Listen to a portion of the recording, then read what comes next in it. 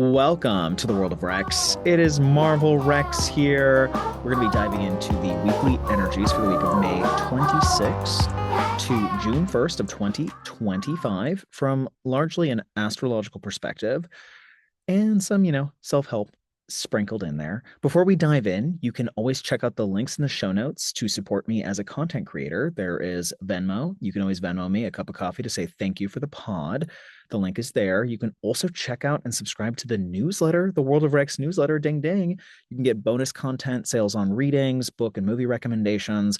You can also always share and rate this podcast. Follow us on Spotify and anywhere you can listen to podcasts. It helps me a lot in the algorithms.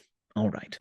So big picture, what's happening this week / in this moment? Let's go really zoom out really big first before we dive into the day by day. I wanted to talk about Mercury because we are in Gemini season, and Gemini as a sign is ruled by the planet Mercury. So we got to talk about Mercury. Mercury is the messenger, an androgynous planet, androgynous from the sort of Greek and Roman mythology. It's sort of this hermaphroditic planet that is both masculine and feminine and is very curious and is always delivering messages. The common phrase, don't shoot the messenger, that's very Mercury. Mercury moves very quickly around the zodiac, and therefore, like the moon, is a messenger, is bringing information from the planets to the other planets. In our chart, it is how we communicate, how we speak, how we talk, how we deal with technology, transportation. Mercury is all about the logistics. It rules the signs of Gemini and Virgo. Now, Gemini is an air sign. We're entering Gemini season. We're in it, really. So happy birthday to all of my Geminis, Gemini suns. And for the Gemini risings, this is a really big moment for you in the year in general because the sun is in your first house. So what is Mercury doing this year? Mercury is retrograding in the fire signs. So it's very important. Mercury is not retrograde right now, but this year Mercury retrogrades in the fire signs. And I wanted to talk about how that tones an entire year. So this is sort of the elemental Mercury year, which is in fire mostly. We're going to talk how this is a little complicated because technically all the retrogrades start in fire signs, but 2 of them end in water signs. So on a broad scale, what Mercury is doing, our thoughts, our mind, what we are focusing on mentally, what we are trying to understand or grok, to throw out a science fiction term, grokking, G-R-O-K, look it up.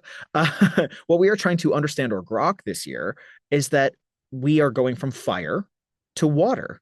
And we have to review from fire to water. What does that mean? We're going to initiate this year fire. We're going to throw things out into the ether, see if they work, try things, take risks, be bold, be brave, all of the fire sign things, very creative, very external in its movements. And then we're going to have feelings about it, which is Mercury sliding back into the water signs. We're going to have feelings about it. We're going to feel like, oh, did I do the right thing? Did I put myself out there in the right way? So the process this year is that we initiate, then we have feelings about it. We get excessive, then we get conservative, we expand, and then we contract. Now, this is true for most of the retrogrades. There's one this summer that's only in Leo, and we'll get to that. It'll be winter for the folks down under. We'll get to that in a second, and I'm going to give you the dates. But in general, 2025 is marked, so this is the entire year, it's marked by putting ourselves out there and then having to rethink how we put ourselves out there and whether it feels emotionally resonant and authentic and like it feels aligned. Does it feel aligned? I put myself out there. Is this aligned? So that's a big archetypal and conceptual question because Mercury is about concepts. It's the messenger. It's about facts. It's about, did everything, all the ducks in a row? Did I dot my I's? Did I cross my T's? That is Mercury. So when it comes to logistics, when it comes to how we are vocalizing our ambition, fire signs, we're going to really be starting from a place of kind of maybe overzealousness, passion, and we go from passion into the water signs, which is, ooh, how does it make me feel? Maybe I'm feeling a little weird about what I said, or I'm feeling weird about what I tried to do. That's very normal this year. All right. So the first one, we just got out of a Mercury retrograde, which was March 14th to April 7th. So you want to think back, what was going on for me March 14th to April 7th? This started out in Aries, hot Aries, impulsive Aries, putting yourself out there, taking risks, being like bold and brazen, running into the wilderness like a ram. And then it slid back into Pisces the closer we got to that, basically in April, it was back in Pisces. And so you want to think, where was I really trying to put myself out there? And then I got into sleepy, dreamy Pisces and was like, wait, I need to do more healing. Or I got sick, which is classic Pisces. It's like I had to go take a retreat. I had to go and get some reprieve. Like that is very Pisces. So March 14th to April 7th, we were rethinking something about how we were asserting our identity, Aries. Something had to die, Pisces, conceptually with how we were communicating, and now we're actually moving forward. And as I'm recording this, we have Mercury now in Taurus. So we're already into the following sign after Aries, where we're trying to stabilize what we put ourselves out in the world to do. Like we said something in Aries, and now it's like, okay, how do I stabilize Mercury in Taurus? Now, the next retrograde is July 17th to August 10th. And this is very important because we have an entire retrograde in the sign of Leo. So you might want to, especially if you're a Leo rising sun or moon, if Mercury is your time lord this year, you really want to pay attention to July 17th to August 10th. This is a period where we're really getting in touch with, okay, I'm healing parts of my core identity, Aries. And now this retrograde, July 17th to August 10th, does it really light up my inner child? Am I ready to express more deeply and more with more? Leo has more follow through than Aries. So with this retrograde in Leo, it's like, am I really willing to commit to that thing I said in March and April? Am I really, really going to do this? And am I going to dedicate myself to this? And does it light my inner child up? By that, I mean, does it light up the passion inside of you that gets you feeling joyful and expansive and free? That is Leo. You might be rethinking creative projects at this time. If you have children, you might be rethinking children's storylines at this time. This is all Leo stuff. How do I find joy? How do I experience joy? And, children feel joy. They have access to joy that adults sometimes lose. So you want to tap back into your inner joy during this retrograde. The final one, which we're going to get there, it's later in the year, is November 9th to the 29th, and that's happening in Sagittarius, sliding back into Scorpio. So we go from a fire sign Sag to a water sign Scorpio. We're going to get there. I'm not going to talk about it in this week's episode, but just make note that this final one is about, I'll be really succinct here. It's about feeling like you've hit some sort of pinnacle around something you were trying to express, Sagittarius, where you feel maybe like an expert, you're getting your groove on. And then we have to slide back into Scorpio and do some deeper shadow work to integrate maybe some of the attention you're getting for what you've been putting yourself out there for. Scorpio is all about transfiguration, deep alchemy, and clearing our shadow through shadow work. So that's all happening. It's very interesting that Mercury's retrograding in the fire signs because ding ding, we have Saturn and Neptune in Aries, and this is ongoing, big picture. But there's a lot around being the initiator, being the warrior in our lives. But Saturn here, which it's very new, May 24th was this ingress. This energy is extremely new. Saturn's transit through Aries emphasizes discipline, responsibility, the courage to take initiative in our lives, really taking deep accountability for who we are and setting boundaries and pursuing goals that light us up as individuals with a lot of determination and chutzpah. Like Aries is very like, I'm putting myself out there and it's big and like it's bold and I don't have all the answers, but I'm doing it. So both Neptune and Saturn here, Neptune gives it a little bit of a visionary, dreamy, maybe a little delusional quality, which I'm not mad about. I'm like, let's be delusional about what we want. Saturn's going to make it happen. So they're both here and they're both responding. Mercury going retrograde from March 14th to April 7th was partially clarifying what our Saturn and Neptune dream that we're going to put like heavy sweat and toil into was. So Mercury's helping us. Again, it's the messenger. It's like talking to us about what do you really want to do this year? What's going to require a lot of courage? All right. Like, how do we actually kind of release some of the social masks that we wear, which is the shadow of Libra, the opposite sign of Aries, and actually align our actions with our authentic self? The reflective questions here for this energy overall is, am I acting in accordance with my true self or societal expectations? what steps can I take? Mercury is all about steps, let me tell you. What steps can I take to assert my individuality responsibly? And I really want you to hear the responsibly part because both Saturn and Neptune, as outer planets, do have an emphasis on okay, cool, great. You're doing something that you want to do for yourself as an individual. How is it helping the collective? How is it tied into the collective? You should never lose that piece of the storyline because then you end up being like a dictator or, a very violent person who's like, I don't care what other people want. So you always want to think like, okay, this lights my fire up, Aries, and it makes me feel like I'm individuating and becoming more integrated as a singular, but the singular is always attached to the plural. And Saturn and Neptune, particularly Saturn, will Saturn will punish people who don't keep the bigger picture in mind. All right. Who don't keep up the idea that we're cosmic citizens to each other. We owe it to each other. So Saturn will come in and be like, here's a giant wall if you're just acting from pure selfish individuality. So that's a big one that's just coming in. Mercury is not retrograde right now, so I don't want to confuse anybody. All right. But we are this year tonally, the retrogrades show us what we need to figure out and problem solve around. And it's a lot about self expression and then having feelings about it. Luckily, when Mercury stations direct, he moves back into the fire signs in this cycle and says, okay, you clarified some things about how you were feeling. Now we're ready to really put this out there. And right now, as I'm recording this, we are in a powerful Mercury cycle. Why?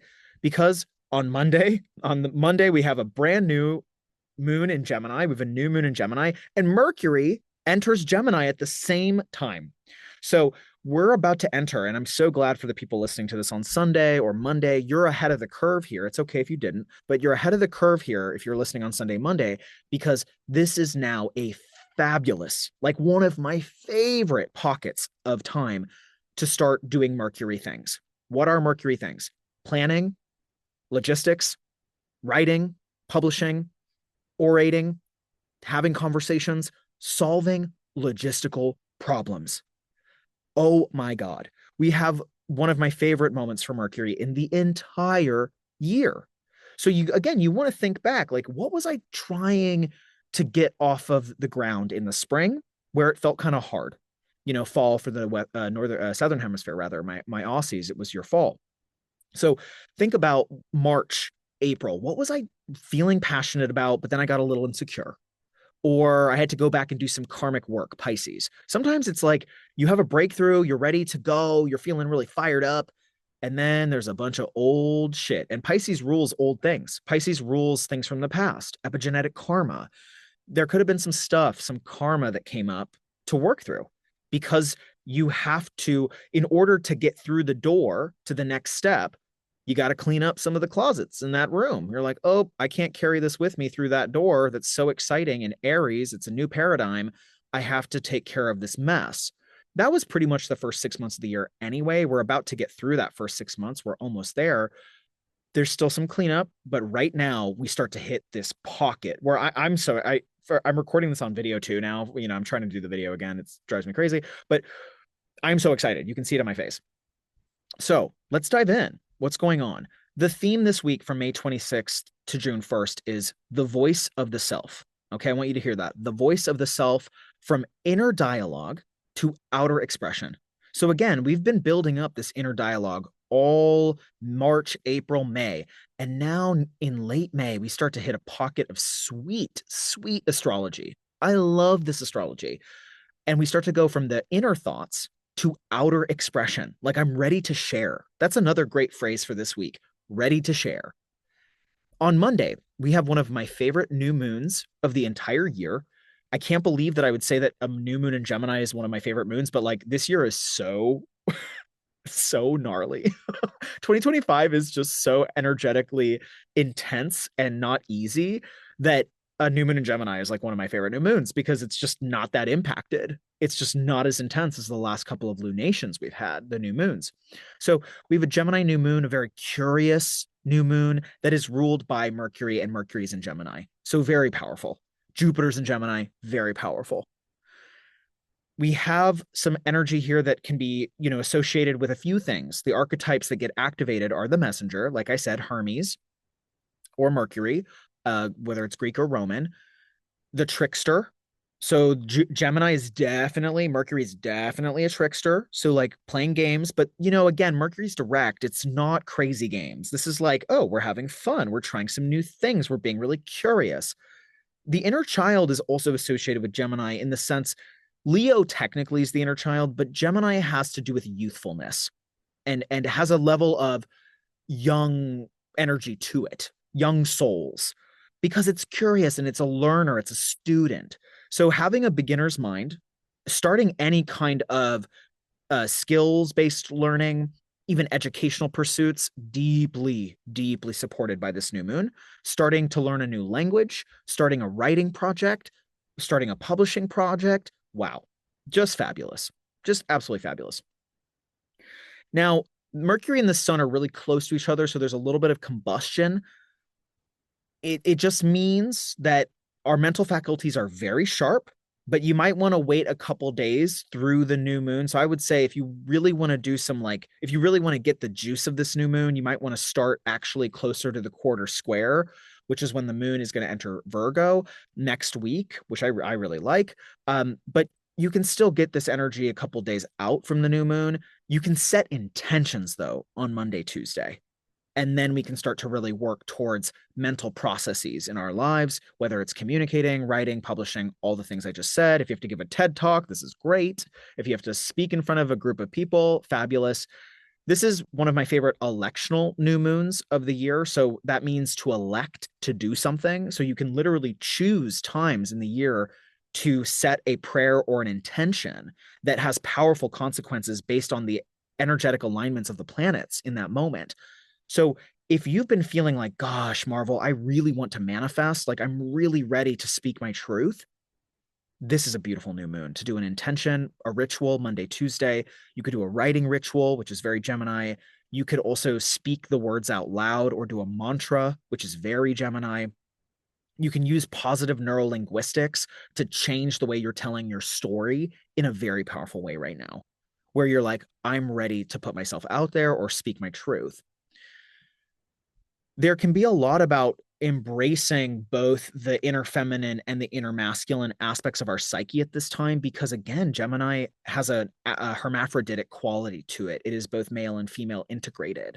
So where can I sort of embrace duality in my life, in my thoughts, in my communication? So it's about not only desiring to do things but also desiring to receive. So desiring to do is masculine, desiring to receive is feminine. How can I integrate these voices inside of me? You know, very interesting here. I just want to share a little about me. I was born on the fixed star. My rising sign is on the fixed star of Castor and Pollux, is in the Gemini constellation. I'm not a Gemini rising unless you're looking at it from the Vedic perspective. But Castor and Pollux are the twins. One of them is kind of a more thin, in the myth, is more of a thin, small, powerful twin, but powerful more in a cunning kind of a way. And then we have the other one. I believe that Castor is the smaller one, and Pollux is basically Hercules, this really big. One of them's a god, one of them's immortal too. So one of them's like big and masculine and looks like Hercules and is just giant. And I sort of live in this duality of, and I really feel this as a trans person too. I live in this duality of like, I have this sort of like feminine, soft, cunning, strategic, small mass, sort of, they're both masculine, but like feminine, I would say feminine, masculine person. And then I have this like Herculean, and this is the one that I'm born exactly on Pollux here, a Herculean or a kind of big, muscly, archetype. And I am a bodybuilder. I'm an athlete. I literally lived out, fixed stars are very powerful. If you're born on a fixed star, you often embody that star. And I definitely embody Pollux. But I'm always trying to kind of integrate these two. And I really relate to them because I'm born literally on a constellation that rules twins. So I'm always navigating, okay, am I using my strategy and my feminine intuitive awareness because I'm not large? Castor on the flip side is kind of small and he has to use strategy, otherwise he'll get crushed. He's not a god. Pollux is a god, and he's big and he's really strong. He's Hercules. So I'm always kind of navigating, okay, how much force Hercules versus how much kind of feminine waiting Castor and strategy Castor do I want to put out? So I'm just sharing a personal thing there, but it comes up, it's literally the constellation of Gemini. It comes up during this time of year. How am I waiting and receiving versus how much am I doing and forcing, particularly with communication? Okay. Now, if Monday, Tuesday, Wednesday rolls by and you're like, wow, Marvel, okay, I can feel something new energetically. I'm feeling open to new ideas. I'm feeling curious. I'm feeling playful. My inner child's coming out. I want to do something creative, but I'm kind of confused or I'm kind of feeling like daunted by it. That is because Mercury is combust the sun Monday through Wednesday. What does that mean? Mercury is very close to the sun and is getting burned up by the sun. And there's a lot of literature around when planets are close to the sun, they get sort of swallowed by the beams of the sun and they cannot quite do their job. So again, powerful new moon for like feminine ritual feminine ritual sort of spell casting, definitely. But in terms of doing, you want to wait till Thursday. Thursday, my friends, May 29th. I'm like so excited about this week. Thursday, May 29th, one of my favorite days of the year.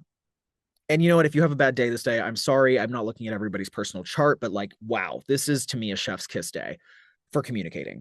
Thursday, May 29th, we have the sun conjoined Mercury. So all of a sudden, Mercury stops getting burned by the sun and lines up exactly at the same degree, which is called a cazimi. You've heard me say this on the podcast before if you've been listening. A cazimi is when the sun and Mercury are at the same degree, and there is an enlightened moment. It is a breakthrough on Thursday, May 29th, logically, conceptually, with writing, with speaking. All right, all those things, publishing. This is a powerful moment of clarity where you're like, oh, I am ready to do this. And now I know what I need to do at the opportune moment. It's a little bit like Felix Felicis with Harry Potter fans. Like he takes Felix Felicis and he's like, I know that I have to go down to Hagrid's cabin and like I have to talk to this guy and I have to talk to that guy and I don't know why.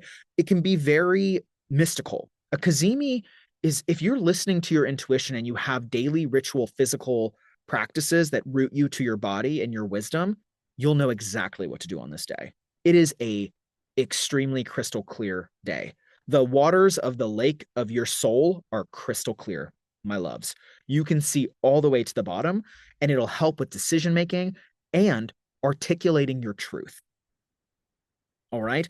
This alignment can be seen as a dialogue between the ego, which is kind of like Mercury, and the self, the sun.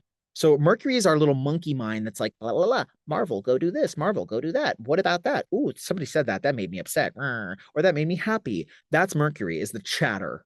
The self is the sun with a capital S. The sun is like, this is your vocation. This is your higher calling.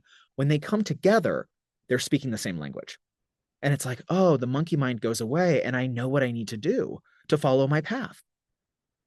So the reflective questions on the 29th of May is what truths are emerging from within me, particularly tied to the rituals I was doing on Monday, Tuesday during the new moon, right? You can do the new moon rituals. Please do them. And then see what clarity comes on Thursday. It's almost a game. Gemini loves games. Gemini's like, let's play a game. So this is a great game. Like, see what breadcrumbs really come into full focus on Thursday.